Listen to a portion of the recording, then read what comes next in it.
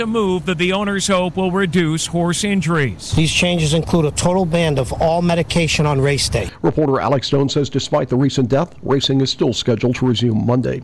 A $500 billion lawsuit has been filed in the college admission scam. Jennifer K. Toy filed the lawsuit in San Francisco. In the filing, she writes, "I'm outraged and hurt because I feel that my son was denied access to a college because wealthy individuals felt it was okay to lie, cheat, steal, and bribe."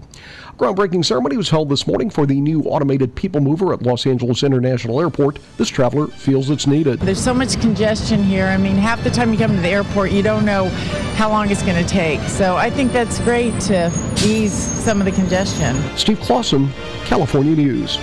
When do you want to spot that burglar? When he's casing your home or after he's in? Ask John, whose Blink camera alerted him of burglars trying to break in while he and his family were home. Or Shannon, whose Blink camera caught a thief stealing packages. Both times, Blink video clips were sent to police to help convict the crooks. And in a moment, I'll tell you how to get 20% off all Blink Outdoor XT camera systems. Blink motion-activated indoor and outdoor cameras are wire-free, set up in minutes, and run on 2 lithium batteries that last up to 2 years. And Blink's live feed option lets you monitor your home and check in on kids and pets from anywhere from your Blink smartphone app. No contracts, no subscriptions, totally affordable. And right now, Blink Outdoor XT camera systems are an impressive 20% off. But hurry, the sale ends March 16th at midnight Eastern. Visit blinkprotect.com/offer. blinkprotect.com/offer. blinkprotect.com/offer. Blink is an Amazon company and it works with Alexa.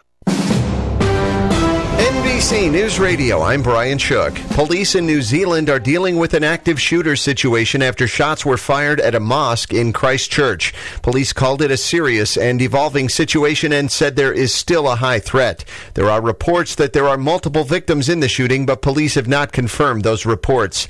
Members of the House are demanding access to Special Counsel Robert Mueller's final report when it's finished. The House overwhelmingly passed a resolution calling on the Department of Justice to release Mueller's findings to Congress and the public. The yeas are 420, the nays are 0. Texas Republican Will Hurd. I want the whole truth to come to light in this matter. Texas Democrat Lloyd Doggett slammed President Trump. If it is a witch hunt, Mr. President, it has more witches than a Mar-a-Lago Halloween party. The non-binding resolution was prompted by Attorney General Bill Barr's non-committal answers about Mueller's investigation during his Senate confirmation hearing. On Capitol Hill, I'm Terry Moore, NBC News Radio. President Trump says he's looking forward to vetoing a bipartisan effort to block his declaration of a national emergency on the southern border. Trump thanked all the strong Republicans who voted to uphold his effort. Travel plans for thousands of people are on ice because of a major winter storm called Bomb Cyclone. The storm sweeping across the U.S. from the Rockies to the south has caused over 1,500 flight cancellations. The U.S. Treasury Secretary is promising his department will fight any attempt to get President Trump's tax returns. Stephen Mnuchin testified before the House Tax Committee and said he would follow the law. I'm not aware of there's ever been a request for an elected official's tax return. But we will follow the law, and we will protect the president as we would protect any individual taxpayer. Some House committees are seeking the returns as they investigate possible crimes, including Trump possibly lying about the value of his properties to pay lower taxes. You're listening to the latest from NBC News Radio. Welcome to the Thom Hartmann Program. I'm live right here, Monday through Friday. Are you ready for the #1 progressive talk show host in America? 71% of people say that the information they get from their friends and family, they take more seriously than the stuff they read in the media. Only 42% of Americans think the media is the most credible source of news. And therefore, if you're informed, if you're awake, you need to be telling your friends. You need to be talking to your friends and family. 24-time New York Times best-selling author and has nearly 6.5 million listeners nationwide. These are crimes. These are international crimes against humanity, and I would love to see somebody held to account in this administration. Introducing Thom Hartmann on KCAA Radio, weekday afternoons starting at 2. KCAA.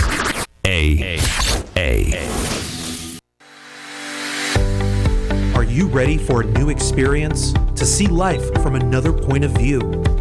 New hope, new expression, new joy.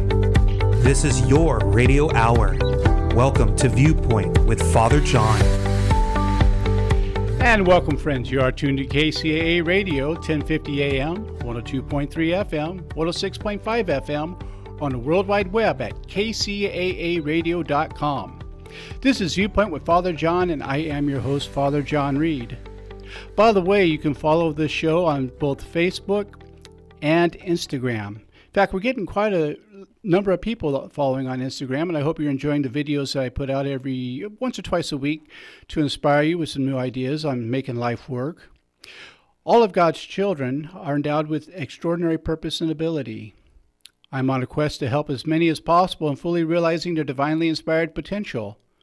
Disposing of false narrative and embracing genuineness inspires clarity of purpose.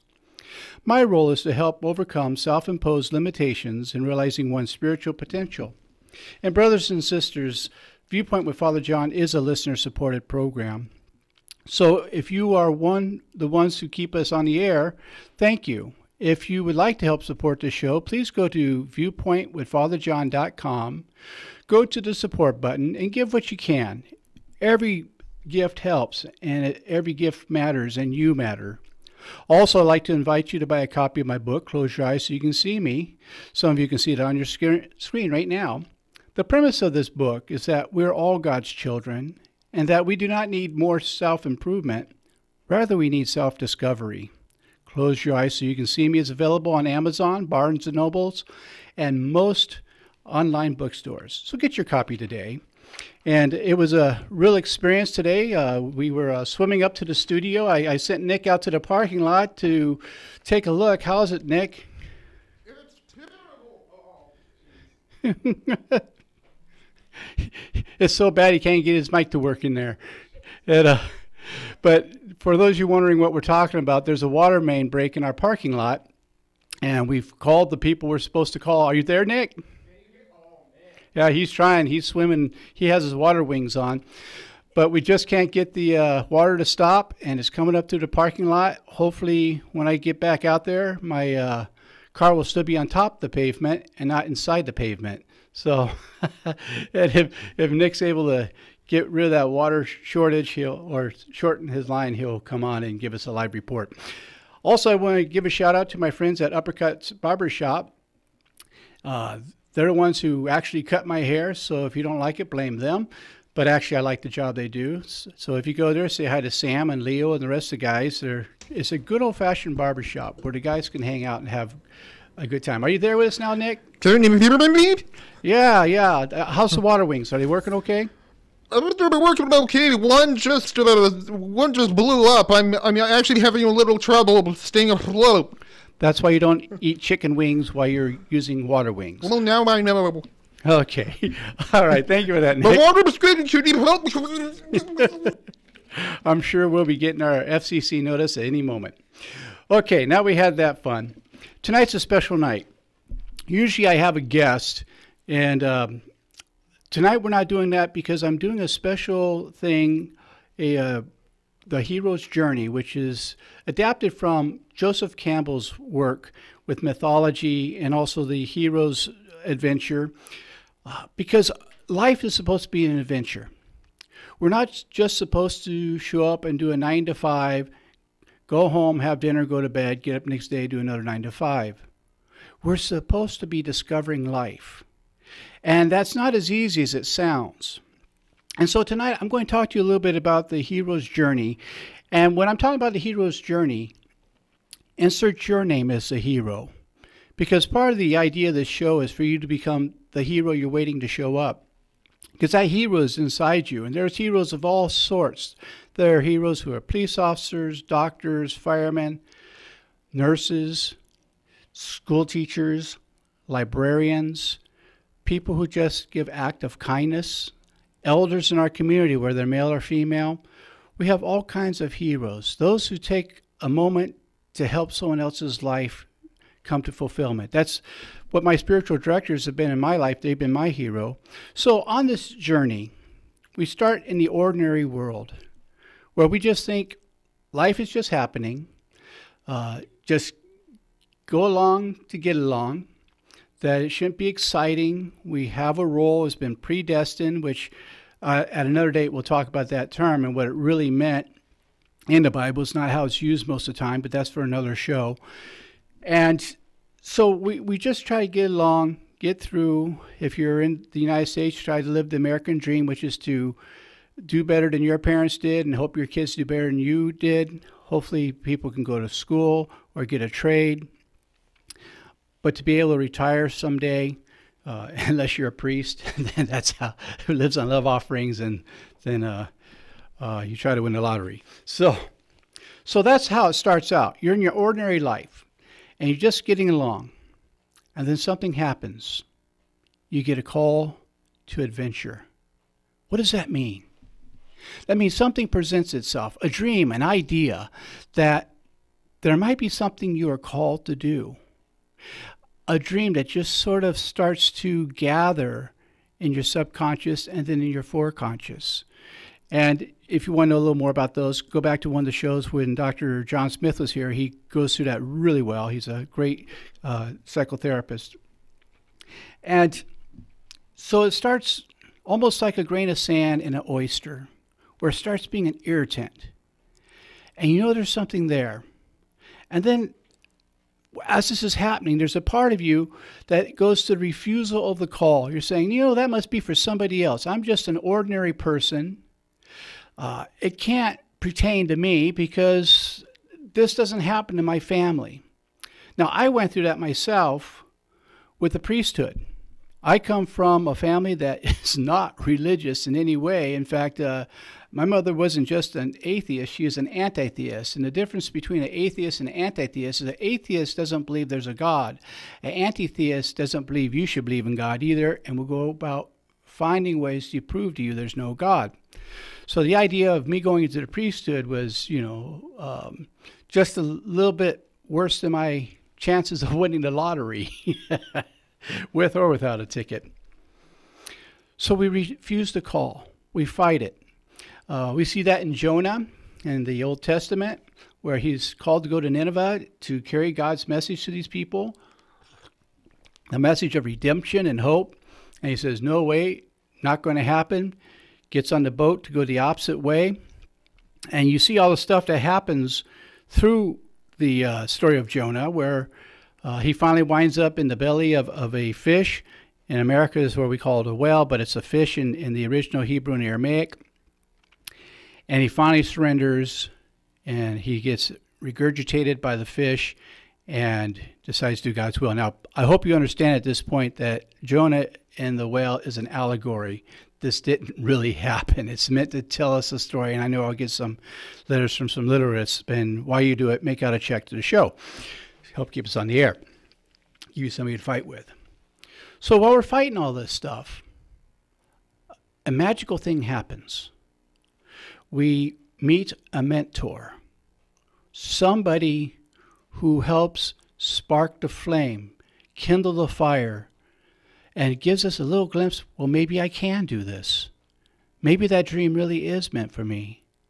In my case, there was two people who were very instrumental in the beginning. One was Chuck Chamberlain, Richard Chamberlain's father, Richard Chamberlain, the actor, Dr. Kildare. But his father was a friend of mine when I was in my youth. God rest his soul.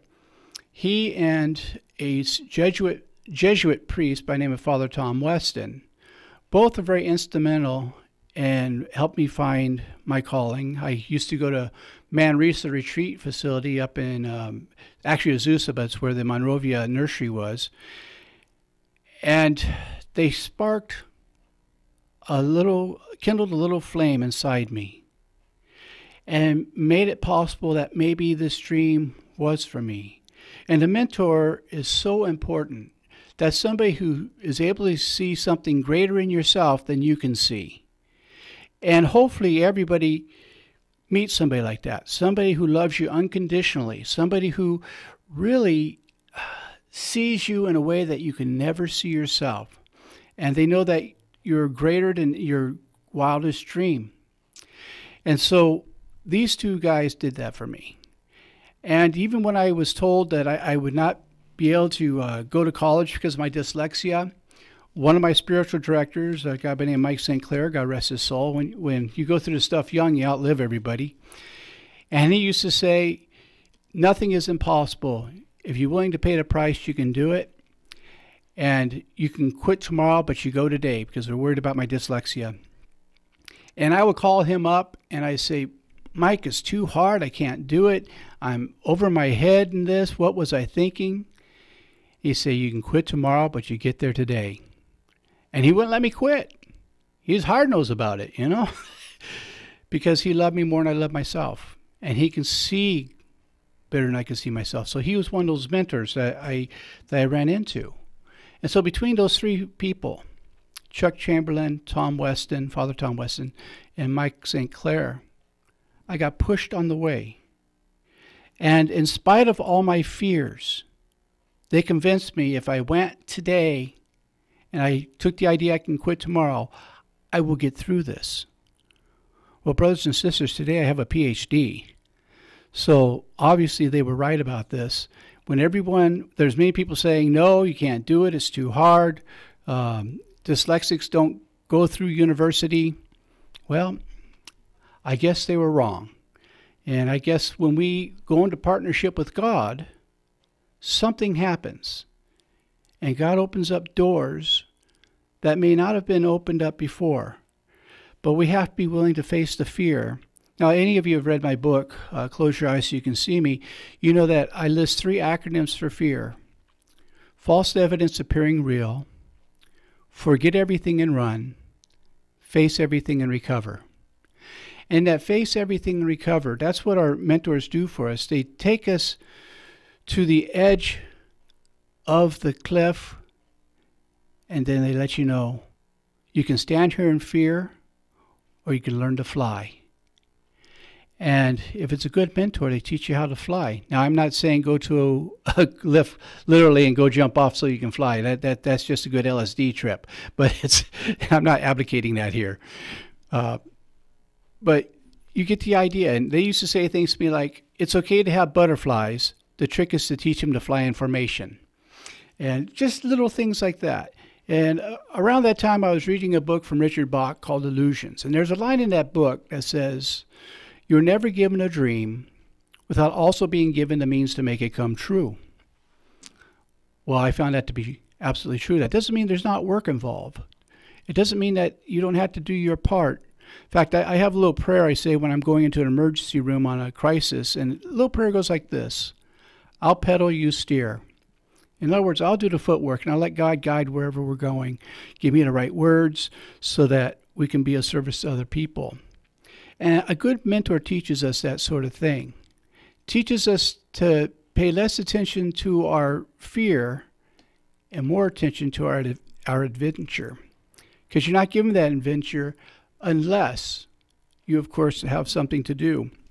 And remember, we're supposed to be in partnership with God.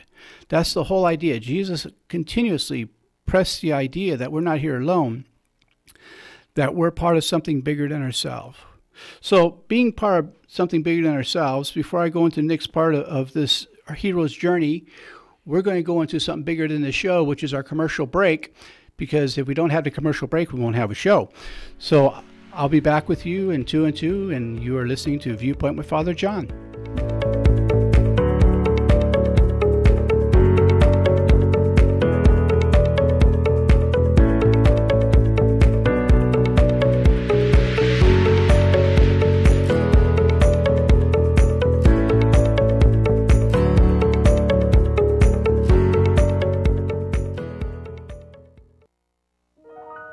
The loss of a loved one is one of the most challenging experiences in a person's life. It's hard to know where to turn to make your loved one's final arrangements. Jesse Ruiz at Personal Funeral Planning in Ontario will treat you and your loved one with the respect you deserve.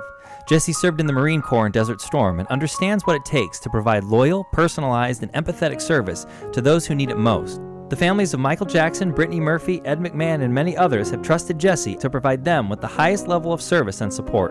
To work with Jesse, call 909-762-4027, 909-762-4027, or visit their website, www.4pfp.org, www.4pfp, as in Personal Funeral Planning, jessieruiz.org. Jesse Ruiz and Personal Funeral Planning, veteran-owned and operated, helping you plan a personal, lasting tribute for your loved one. www.4pfp.org.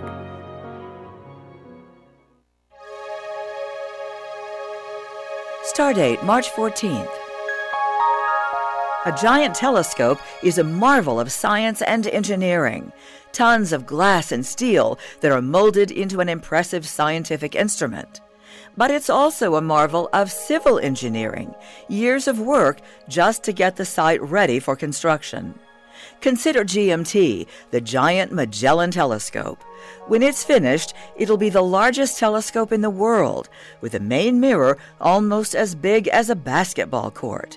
It's being built atop Cerro Las Campanas, an 8,200-foot mountain in Chile. The mountain isn't quite as tall as it once was, though. The first step of construction was to level the rounded peak. So teams blasted about 30 feet off the top of the mountain. They carted away about 50,000 cubic yards of rock. The crop job changed the way air flows over the mountain, which could affect viewing conditions for the telescope. So the GMT project spent several years monitoring the changes and simulating airflow with computer models. When that was done, they started excavating the base of the telescope dome. Piers have to be sunk deep into the bedrock to keep the telescope stable. Builders can't use explosives, though, because they might crack the rock. The digging takes months and will remove thousands more cubic yards of rock and dirt. After that, the construction team will be ready to start building the telescope and its dome, another major feat of engineering. We'll talk about another big telescope project tomorrow. You can follow Stardate on Facebook, Twitter, and on our website, stardate.org. For the McDonald Observatory, I'm Sandy Wood.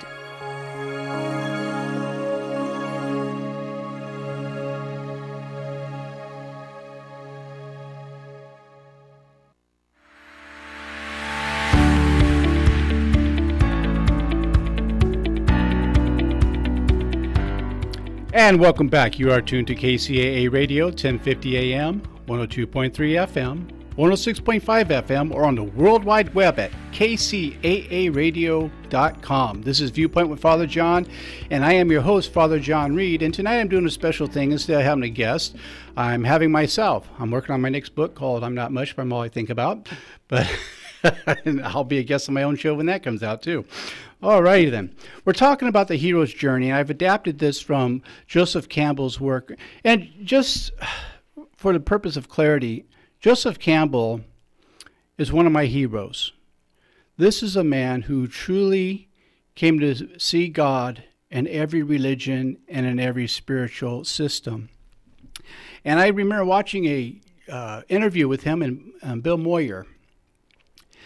And he said to Mr. Moyer, he said, we read in the Bible, it says, it is a fool who says there is no God. He says there's another kind of fool. It's the one who says there is a God, but it's the one that I believe in. And if we're going to have a real hero's journey and adventure, we have to get out of tribalism. And we have to see that God is much bigger than any religion, much bigger than any denomination or way of thinking. Because if God could be contained within one school of thought, God would not be big enough to solve our problems. That was a problem. And I'll do a whole show on this one of these Thursday nights about how the idea of Judaism was the idea of God that had never been expressed before, that everything was really tribal, and you fought to protect your tribe. And here through Abram at that time, God is saying, you're going to be a different people. You're going to be a tribe that blesses all other tribes. Never been heard before. So we'll get into that another night, but it's worth giving to you. So the next part of our journey is crossing the threshold. That's a big deal. What does that mean? It means we start taking some footwork to put the ball in play. And we dare to say, okay, I'm going to risk. And I'm going to see if this happens. Now, when we're crossing that threshold, We have to let go of some old ideas. I want you to think about this in your mind for a moment. Picture this. You're on a curb, and I'm able to say this about water because we have a whole parking lot full of water right now. If the water department's listening still, come fix it, please. The parking lot's sinking. But if you, little subtle message there. I sent him a little Morse code. So when we get to the point where we're just getting ready to, we're on the curb, we see the water coming in the gutter, but we want to get to the street. So we're going to have to jump if we don't want to land in the water. But we're hanging on to all these packages. So what happens when you jump and you hang on to all the packages? Both you and the packages wind up in the water, right? Because you can't make that leap. So now I want you to picture yourself on that curb again. This time when you jump, you let go of the packages. Now you make it to the other side, but before you make it to the other side, there's a little place you have to go through, and that place is called nowhere. And that sense of being nowhere is usually the crossing over the threshold, because you're letting go of what's familiar and what's comfortable, and you're making that first step. And when you jump, part of you knows you're going to make it. There's the other part that says, oh my goodness, I've jumped. What happens if I don't go far enough? What happens if I don't land if I think where I'm supposed to land? So now you have to trust the momentum. And as you trust the momentum, you move past where the water is, and you land safely in the street, hopefully. Unless you're wearing slippery shoes. Don't do that. But you land, and you find out you were able to go further than you thought. So then comes the next part of the journey, which is the test, allies, and enemies. Let me go into that a little bit. We always get tested, not because God doesn't know what we're going to do. We get tested so God can show us what we're able to do. And I think we really give God a bad rap when we think he's testing us because we're in trouble and taking a bad test. No, God's just trying to show us that we've come further than we realize. And that's God's way of showing that he believes in us more than we believe in him or her, whatever your concept of God is. But that this great spirit who created and runs the universe believes in us more than we believe in it. And that's why the tests come to let us know, hey, you're further than you think. We've got this together. Not you've got this. We've got this together. Okay? So then you find your allies. These are the people who believe in you, who are truthful with you. That part's very important. You know, like when you're wearing something that looks absolutely awful and you're about to go to a very important interview and everyone's telling you, oh, you look great, but you have the one that says, you know, you might want to try a different shirt. The one you're wearing might keep you from getting the job. You know, that's a true ally. They're not doing it to put you down. They're there to really help you because they want to see you get the best of everything. And the enemies. And we can have enemies that seem very friendly. They use that term, constructive criticism. I know that's a popular phrase, but you know, either it's constructive or it's criticism. It's not both. And if someone's giving you a lot of constructive criticism, I think really they're really pulling the rug out from underneath you. And there's people who are helpful, but there are people who have trouble seeing other people succeed. Sometimes they're not even aware of the fact that they have that problem. But they're so afraid of succeeding in their life that when someone around them starts succeeding, they got to pull them back because they're afraid if you do succeed, you will leave them. And like I said, they may not even be aware of the fact that they have this fear, but they're there. And then there's the people who are just kind of mean. That everything you say you're going to do, they say, you know, you're a fool. You're a fool for doing that. And sometimes they're in your very own family. I've seen that where you have members of the family that no matter what you try to do, they always find something wrong with it. Why it won't work. They're always the pessimists. And where some people see the glass is half full, they say that you just have a dirty glass, don't even try. So be aware of them. You don't have to put them down, but be aware of them. Because remember, you're into something much bigger than your past experience. You're going in for a new experience, a new hero's adventure. So that takes us to the next part, which is the innermost cave. Now, what's the innermost cave? That sounds scary, doesn't it? Sounds like it's a dark place, and it can be. I think in a cave is what St. John the Cross talked about, and also Sister Teresa Avila of the dark night of the soul.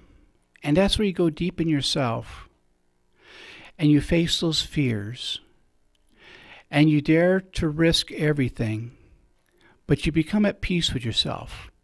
You learn to complete the experience, to bless it and go on. That you're willing to see things through new eyes. That's the innermost cave where you really face all this stuff. Meditation is very good for that. I'm a big believer when you're starting an adventure of prayer and meditation. Don't go out on your own. Go out with God. You know, back to my prayer, I'll pedal, you steer. And then there's the ordeal. Now, the ordeal is kind of neat. Now, my ordeal was when I graduated, when I received my ordination. So the ordeal and the reward kind of go together. I got to see I can complete this thing that so many people told me were impossible. And I did have a few allies and a few enemies, and I had the tests along the way. I had some people said, people like you can't go to college. Your dyslexia is too great.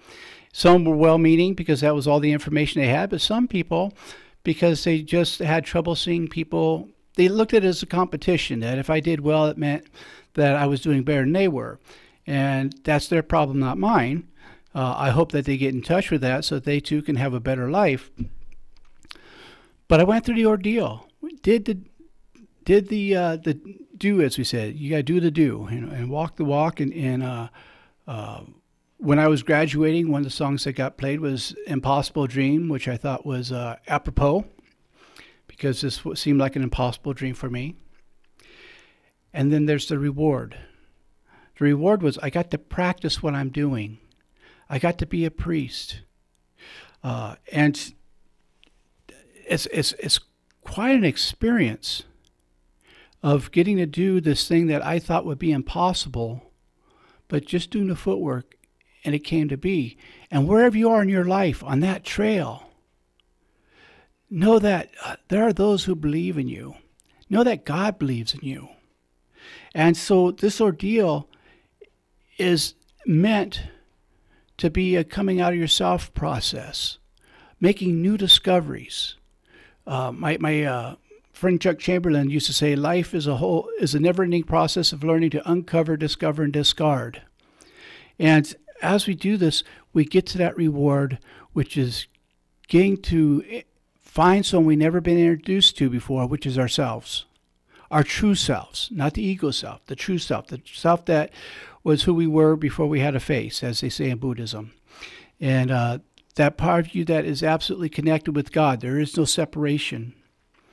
And you get to do some of the neat things. I got the reward of the ordination papers, the diplomas, the stuff, some recognition in the field, in the vocation of priesthood, and that was nice too. But after you go through this, you then have to go to the road back. Now, if you remember in your gospel, where was the only place that Jesus had trouble creating miracles? His hometown. Because all they saw was the carpenter's son. They couldn't see Jesus, who Jesus truly was. Well, the road back can be like that.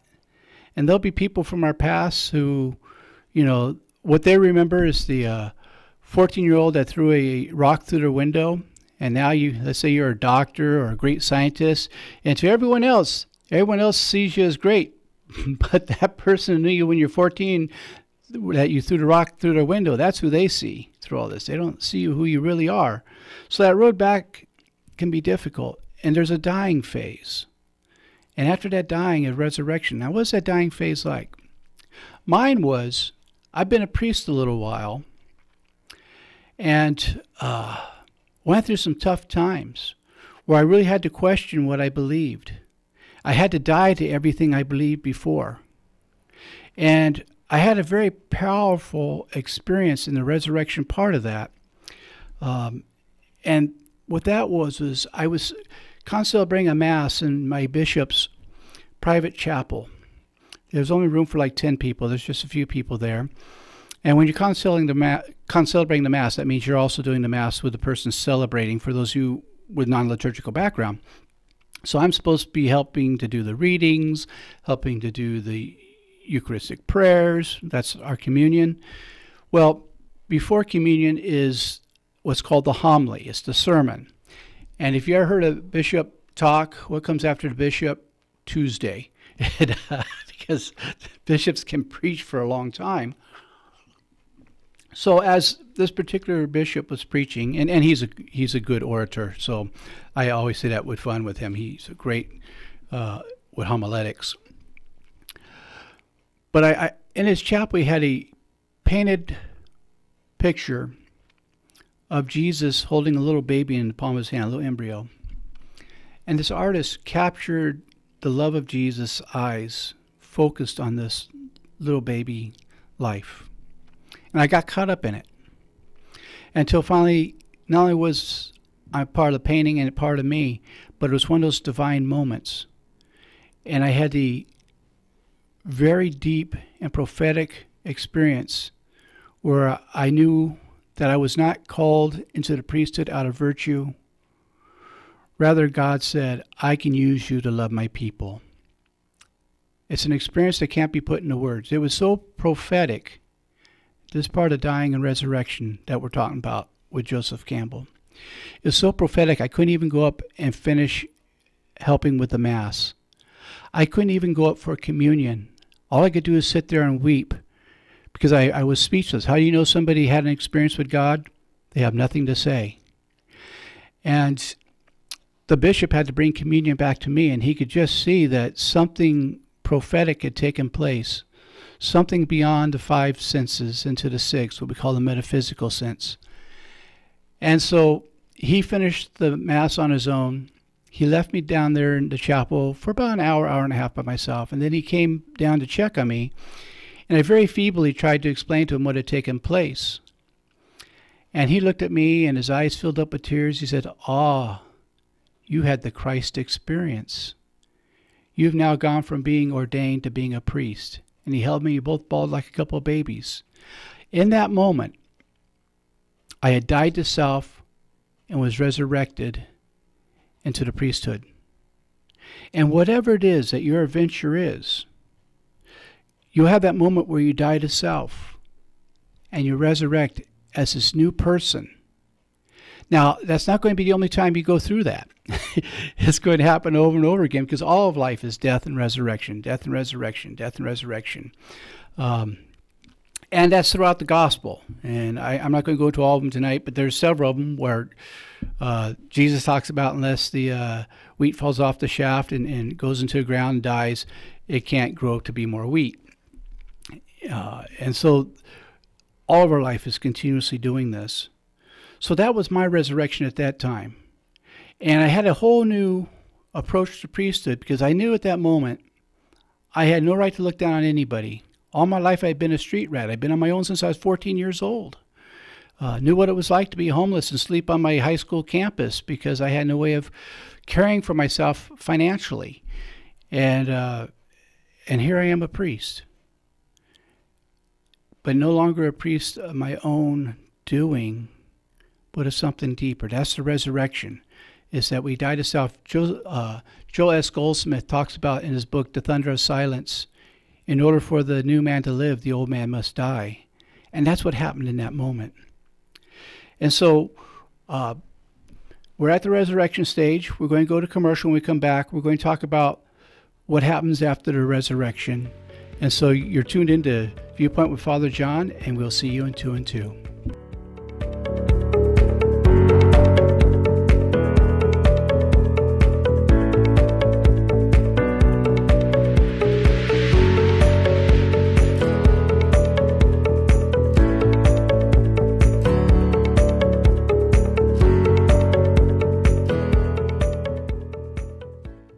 KCAA Loma Linda, 1050 AM, K292 FQ Riverside, and K293 CF Moreno Valley. The loss of a loved one is one of the most challenging experiences in a person's life. It's hard to know where to turn to make your loved one's final arrangements. Jesse Ruiz at Personal Funeral Planning in Ontario will treat you and your loved one with the respect you deserve. Jesse served in the Marine Corps in Desert Storm and understands what it takes to provide loyal, personalized, and empathetic service to those who need it most. The families of Michael Jackson, Brittany Murphy, Ed McMahon, and many others have trusted Jesse to provide them with the highest level of service and support. To work with Jesse, call 909-762-4027, 909-762-4027, or visit their website, www.4pfp.org. www.4pfp as in personal funeral planning.org. Jesse Ruiz and Personal Funeral Planning, veteran-owned and operated, helping you plan a personal, lasting tribute for your loved one. www.4pfp.org. If you're looking for a full or part-time sales position and you have radio, TV, or print media experience, KCAA has a great opportunity waiting for you that pays the highest commissions in the market. KCAA is the only station in the IE that broadcasts on 3 frequencies, so advertisers receive 3 ads for 1 low rate. This makes KCAA a must-buy for every local business. If you're interested in a sales position with us, email CEO@kcaaradio.com. Here's your community calendar for KCAA. Phantom of the Opera is now taking the stage at the Lifehouse Theater in Redlands from February 9th to March 17th. You can witness young Christine's rise to fame in the opera world thanks to the schemes of the ominous Phantom. But will his efforts win her heart? Sinister plots abound amidst comedic moments and heartbreaking mystery. The Lifehouse Theater is located at 1135 North Church Street in Redlands. You can find tickets and more information at boxoffice.lifehousetheater.com. And that's a look at your community calendar for KCAA.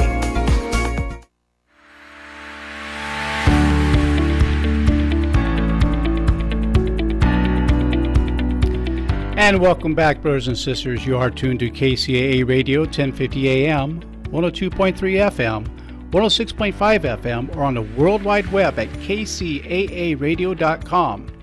This is Viewpoint with Father John, and I am your host, Father John Reed. Just a couple reminders. You can follow us on Facebook and Instagram under Viewpoint with Father John. Also to remind you that this is a listener-supported program, and so you are the ones who keep us on the air. So if you like what you're hearing, please go to viewpointwithfatherjohn.com. Click on the support button and give what you can. I truly do thank you. And also I want to invite you to buy your copy of my book, Close Your Eyes So You Can See Me. It's a wonderful way of helping you find your own path to God, whatever that path is. And it's available on Amazon.com, BarnesandNoble.com, and most online bookstores. And I do appreciate your buying the book because it does help support this show. Also, I want to give a shout out to my friends, Dr. Ho, Nikki Ho and her husband. They own Claremont Pharmacy in Claremont, California, on the corner of Indian Hill and Arrow Highway. If you need a good pharmacist that is really on top of the job, you want to go see my friend Nikki. She is the best of the best. And her husband is just as wonderful, and he's getting ready to open up another pharmacy. And when he does, I'll give you the insight to that, where to go for that, because he is also a fabulous pharmacist. But I'll tell you what, with my diabetic stuff, Nikki is always on top of it and makes sure that I have the best possible care. You'd be hard-pressed to find a group of people more loving, caring, and who are really focused on your better health. So, Nikki, thank you for everything you do for me. And for everybody that I love as well. You have impressed some of my friends recently went and saw you. So when we left, we were on the resurrection. So we've died to self. We arose a new person. And then we get to the return with the elixir. What does that mean? The return with the elixir. The elixir is the solutions we find along the way. The thing that shows us we can do this, and we can show other people that they can do it too. Earlier, I related to Richard Bach's book, Illusions, and in that same book, there was another thing, another little caption said, learning is finding out what you already know, doing is showing that you know it, teaching is reminding others that they know it as well. So that elixir is showing others that they know it as well. You don't go through this process without being in touch with somebody else who's at the beginning stages, who just got the call to adventure, who just is battling with themselves where to go for it, not go for it. They're at that part where they don't know if they were given the dream for nothing or if there's something behind it. And now it's your turn to be the mentor, your turn to be the person who loves unconditionally. And then we start all over again, because we don't have just one adventure. We have adventure after adventure. Odious, when he found his paddle, he went back, he took it back home, showed the answer after he'd gone through everything he'd gone through, and started on a new adventure. He didn't stay home very long, probably because his wife wanted him to take out the trash at that time. And we all know when she starts playing with a trash can, you know you got to take it out. I'm just kidding. So, in order to keep this great experience of the hero's journey, now it's your job to inspire others. Because you can't keep it unless you give it away. The 12-step people know that. It's it's like my friend Chuck Chamberlain used to say, that love is the divine paradox. When you go out to get, you come back empty. When you go out to give, you come back overflowing. And it's the same with this hero's journey, this hero's adventure. And the whole idea of the adventure, it's not just to get neat prizes along the way. The idea of the hero's journey is that each time we go on the new journey, we come closer to our relationship with God. And it's a relationship that should constantly be changing. I used to tell my parishioners when I was at St. Michael's Parish in Arcadia, I tell them, if next year I'm saying the same things to you that I'm saying to you today, you need a new priest. I haven't grown any. And the idea, it's a never-ending road of growth. Because God's will for us is for us to get closer and closer and closer, for the ego to get thinner and thinner and thinner, because ego as an acronym stands for edging God out, and to get to the place where we can see God everywhere we look. Because if you can't see God everywhere, you can't see God anywhere. If you only think that you see God in people who share your religion, that's not God you're seeing, it's ego. But when you can look out and see God in the eyes of the Buddhist, in the eyes of the Hindu, in the eyes of the Muslim, in the eyes of the Christian, in the eyes of the Jewish population, in the eyes of the atheist, now you're seeing God. And that's what this Hero's Adventures set out for you to do. And you have to start from wherever you are. Where you are at the moment is not bad. It's where you're supposed to be at the moment. But if you just stay there, you're going to miss the whole idea of life. You know, many of you who know me personally, you know I do a lot of funerals. And dying does not scare me. I have no fear of death. And I've been in some bad motorcycle accidents. Yes, I used to ride a motorcycle. And I was in one where they had to bring me back because it was too bad of an accident. And my fear is not dying. My fear is dying without living first. And when I get the funeral of somebody who all they did was work. Now, working's noble, don't get me wrong. But they never discovered life. Those are the ones I really mourn over.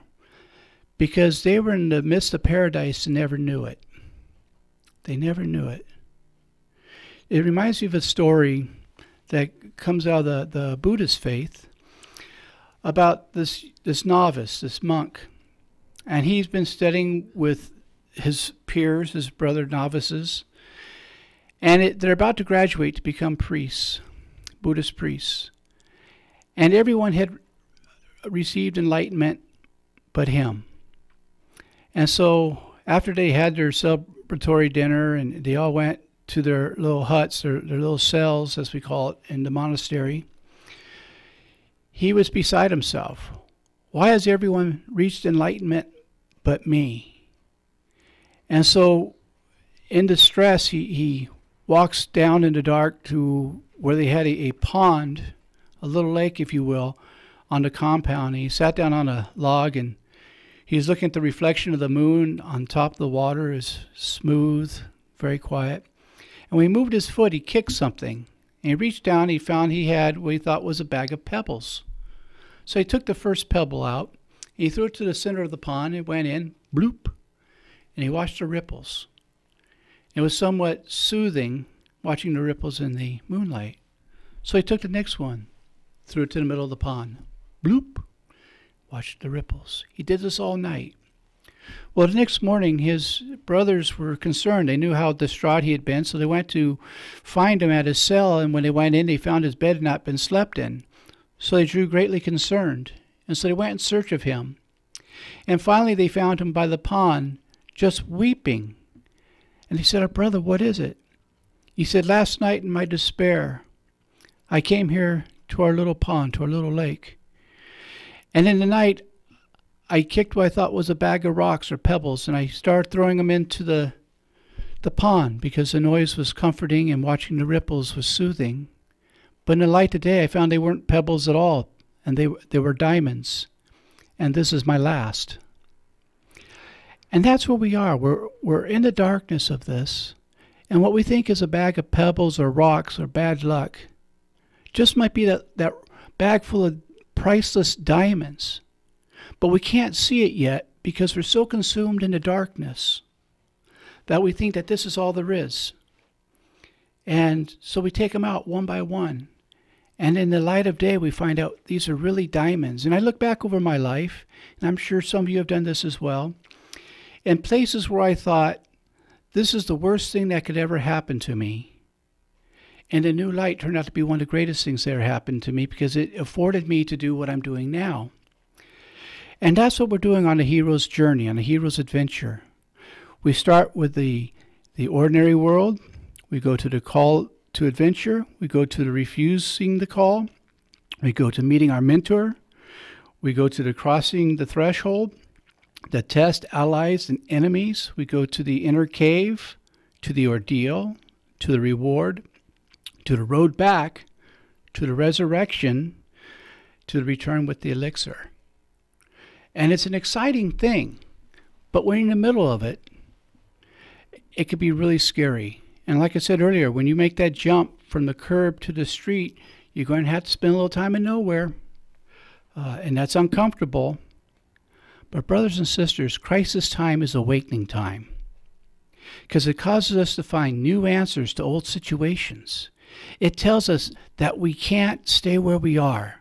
We have to do something. And oftentimes we'll try to go back to where we were, but have you ever tried to put on a shirt you wore when you were in junior high, when you're 40 years old? How well does that work for you?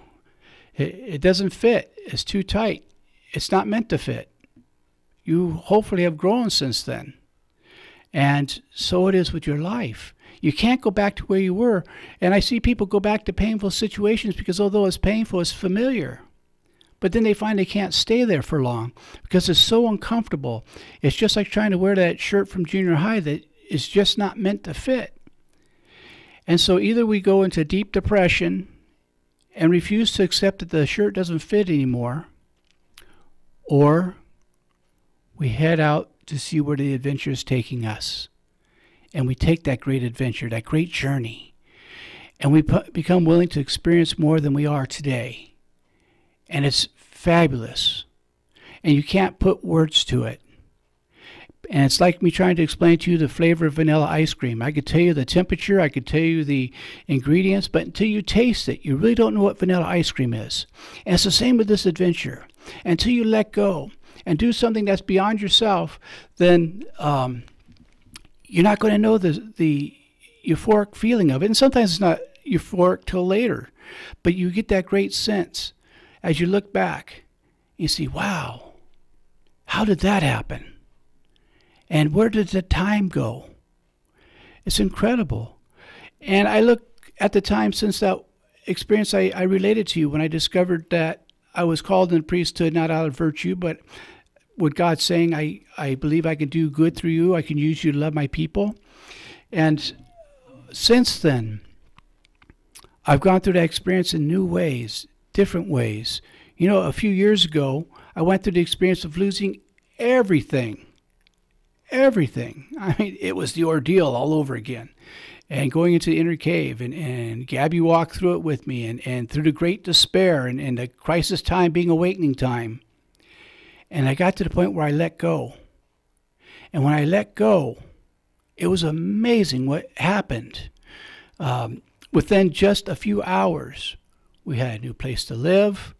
Everything in my work world changed. Everything in Gabby's work world changed because we let go.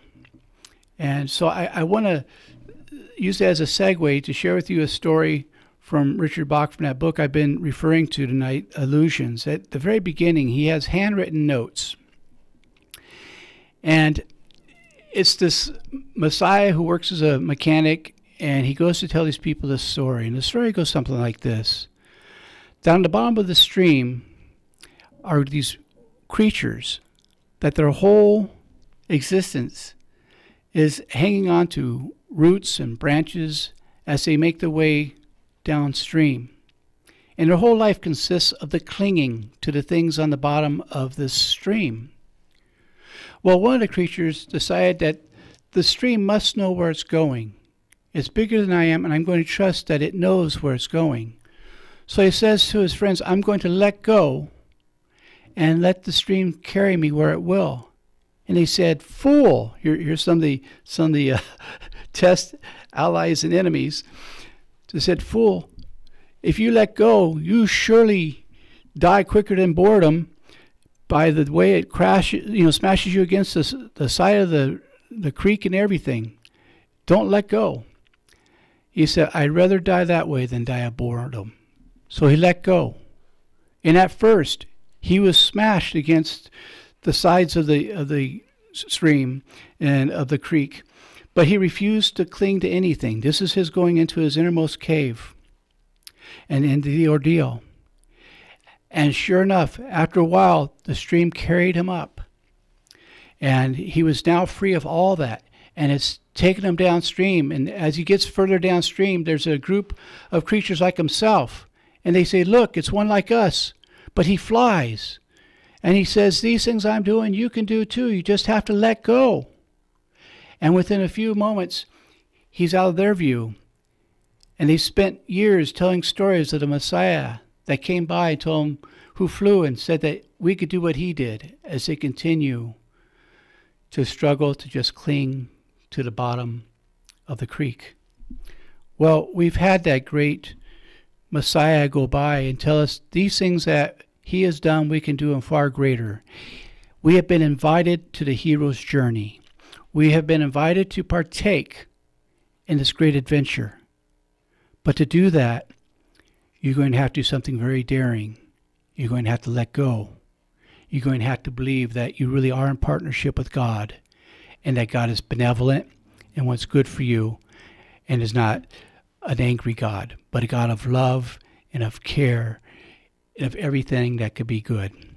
So I hope you've been enjoying our time together on this as we discover the hero's journey. I hope you found some things that you could take with you. I want to give a few thanks. I want to thank Nick, who is the best in the business as an engineer. Thanks for everything you do, Nick, and thank you for wading out into that water and helping us get a live report as our building is sinking. And I want to thank Gabby for getting me here. You know, Gabby is so dedicated to the show. She works all day, and then she goes through an hour and a half of traffic to get home so we can go through another hour to get here. And I'm the luckiest man in the world to have her. Next week, we're going to have a really interesting show. I have Eric Perry, who's coming, who's from Haunting in New England, and we're going to talk about some of the things that are on the other side of what we see. But to you, my listeners, thank you for tuning in tonight. If no one's told you that they love you, let me be the first. Thank you for spending another hour with Viewpoint with Father John.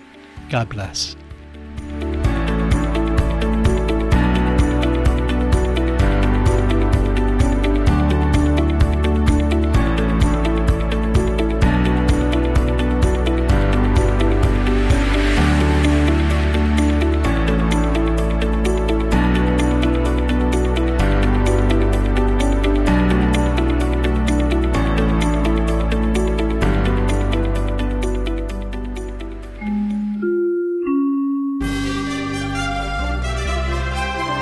KCAA Loma Linda. Listen on 1050 AM, 102.3 FM, and 106.5 FM.